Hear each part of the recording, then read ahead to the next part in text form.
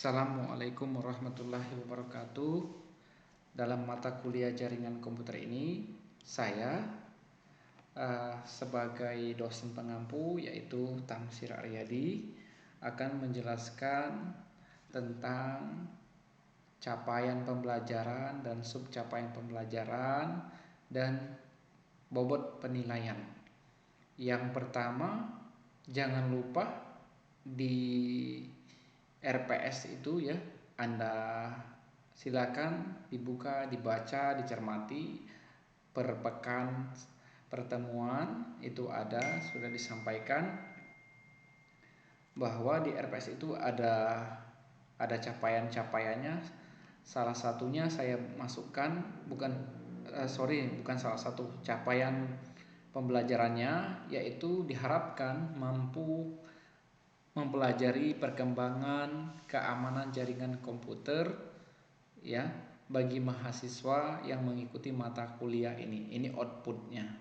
Kemudian output yang berikutnya yaitu subcapaian pembelajaran mampu memahami perkembangan keamanan jaringan komputer dan menerapkannya dalam kehidupan sehari-hari.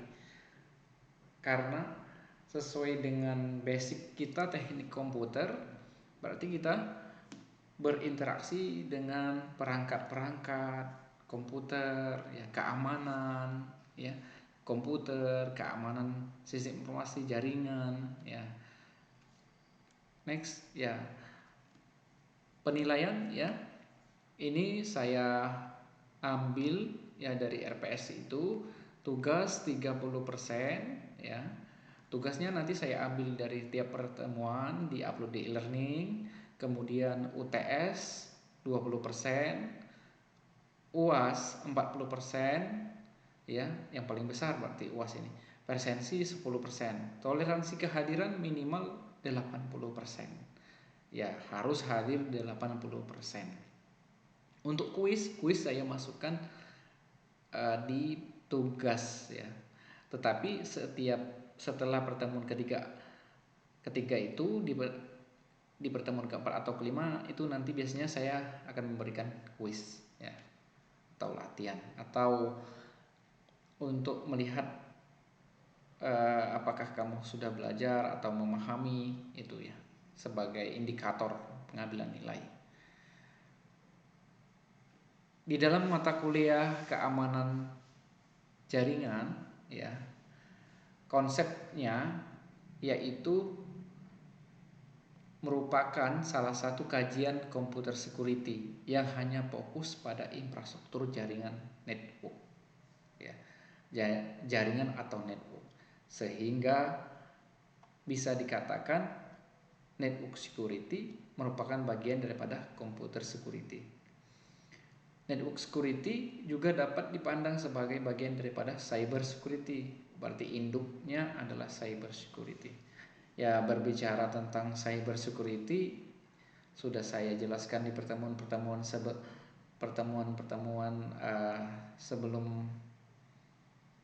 pertemuan yang berikutnya nanti, maksud saya bahwa sekarang dunia cyber sedang update, maraknya kejahatan dan sebagainya di dunia maya khususnya. Ya, seperti computer security dan information security yang tunduk pada prinsip CIA Triad, maka network security pun sama. Ya, hanya saja karena network terkait dengan infrastruktur dan tidak secara langsung berhubungan dengan informasi. Next, sehingga aspek-aspek network security berkembang menjadi sebagai berikut ya. CIA Triad, usability, reliability, safety, authentication. Berdasarkan penjelasan dari CCNA ya, Cisco Certified Network Academy Network Association Security ya, bahwa network security is any activity designed to protect the usability and integrity of your network and data. Jadi fungsinya dia untuk didesain untuk melindungi penggunaan dan integrity atau dari sebuah data, jaringan dan data ya, melindungi jaringan dan data ya. Intinya seperti itu. Untuk agar lebih efektif ya. Aset ya. Aset yang harus diklasifikasi ya dalam network security, governmental classification, private sector classification kriteria ya.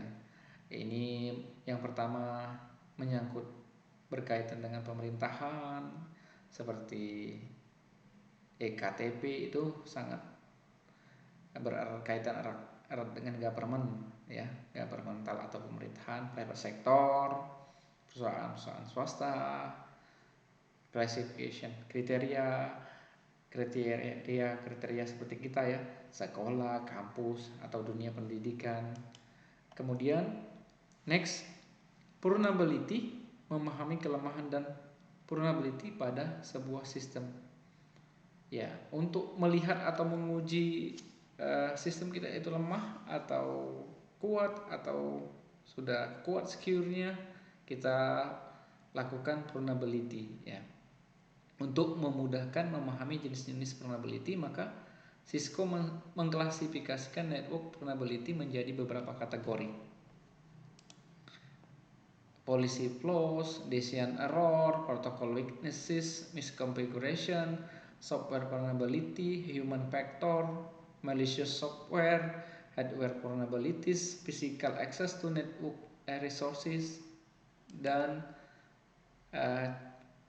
dijelaskan bahwa ada attack juga ya, fase hacking. Fase hacking ini sebenarnya identik dengan metode attack, yaitu langkah-langkah yang digunakan oleh attacker untuk melakukan serangan mulai dari tahap pencarian informasi hingga penghapusan jejak. Langkah yang dilakukannya yaitu recognition, scanning, dan enumeration, gaining access, maintaining access, dan flashing backdoor, clearing logs ya. Ya, kalau recognition ya dia dengan usaha untuk mengingat password orang makanya ketika kita masukkan password contohnya harus hati-hati. Siapa tahu gerak tangan, gerak bicara bisa dibaca oleh orang.